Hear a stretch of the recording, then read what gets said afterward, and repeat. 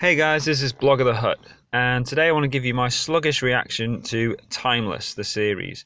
Season 2's recently started in the UK, so I wanted to recap on Season 1 in case perhaps you're watching this and you're interested in watching it. So, really short version. It's a time travel adventure, and it's a really fun series.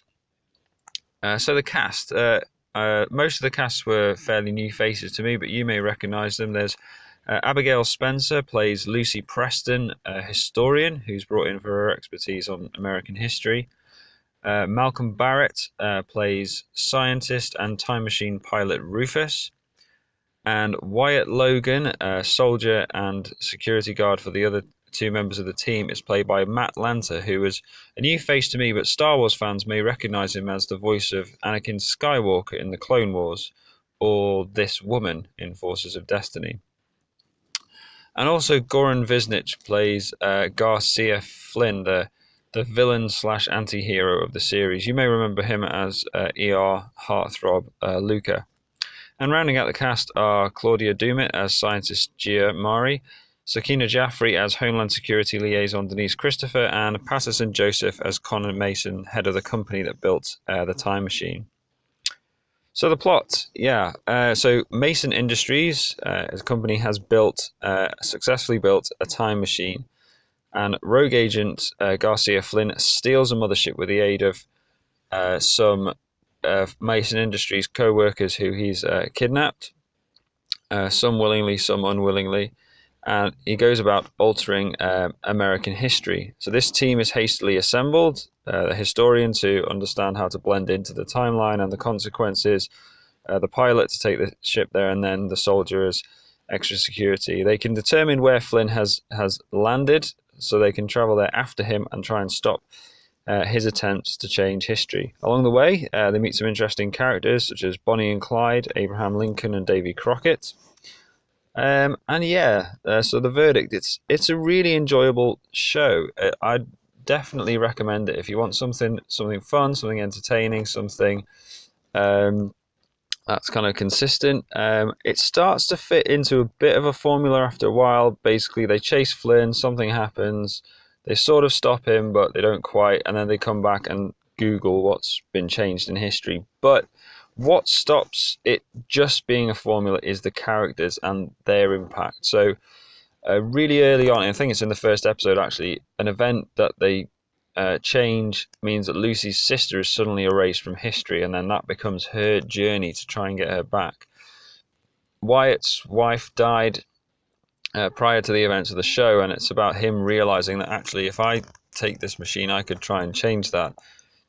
And Rufus realizes that the people he's working for, when they come across Flynn, he talks about a mysterious organization called Rittenhouse, and he suddenly becomes aware that the company he's working for are involved with them, and then the show changes into them realizing should they be working for, quote, the good guys, or should they be working with Flynn.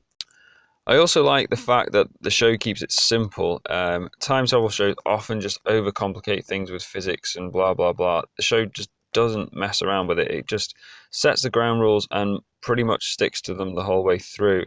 So first episode, they ask, can we just go back and change things?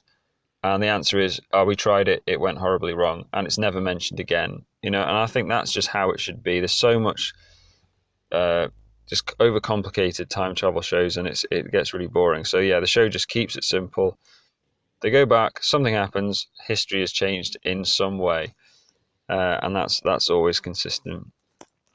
The show is unashamedly American, which as a Brit would tend to grate on me, but actually I don't mind it. It isn't a save the world show that's only set in America, and it doesn't do the kind of Independence Day of let's show the Taj Mahal for 2 seconds thing. It is about a group that's trying to alter American history specifically. And therefore it's consistent. And actually, I found it very interesting learning about American history, a lot of which I sort of vaguely knew names of things like the Alamo, but didn't really know anything about it. So I've quite enjoyed it. The show is also a good, clean family viewing, which I think there's something to be said for. I think with so many more shows these days, just edging for that darker, edgier, more adults thing. There aren't many shows that you could sit down and and watch with kids or whatever. And I think that's, there's something to be said for that. It is, and it can give good, consistent, character-driven drama without needing to resort to nudity or excessive violence or anything like that. So I think that's a real positive about the show. The future of the show, it was cancelled, but it's been brought back for a shorter season 2, which I'm pretty sure will be the final season. So you can catch up on the full season now. So again, if you're in the UK, season 1 is on Netflix. So I reckon you've got about 2 weeks to binge it, and then you can catch up on season 2 on all 4, and then follow it on E4 here in the UK. Well, thanks guys for watching. Do please subscribe. Also, you can check me out on WordPress, and I'll post up a trailer for the series there. You can follow me on Twitter, but for now, thank you very much for watching.